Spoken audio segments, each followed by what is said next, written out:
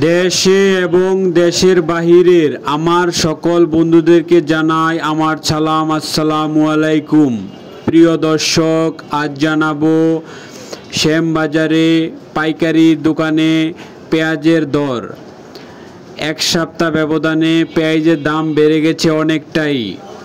43-44 টাকার পেঁয়াজ হয়ে গেছে 48 টাকা 50 টাকা। আপনারা দেখতে পাচ্ছেন প্রচুর পেঁয়াজ দোকানে রয়েছে, পাইকারি বিক্রয় চলছে। ভোরবেলা থেকেই বিক্রয় শুরু হয়ে গেছে।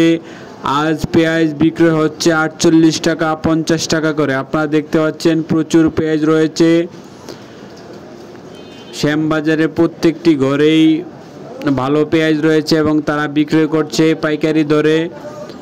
গ্রাম থেকে ব্যাপারীরা পেঁয়াজ সংগ্রহ করে ঢাকায় এনে বিক্রয় করে, আবার কৃষকেরা সরাসরি ঢাকায় নিয়ে আসে পেঁয়াজ।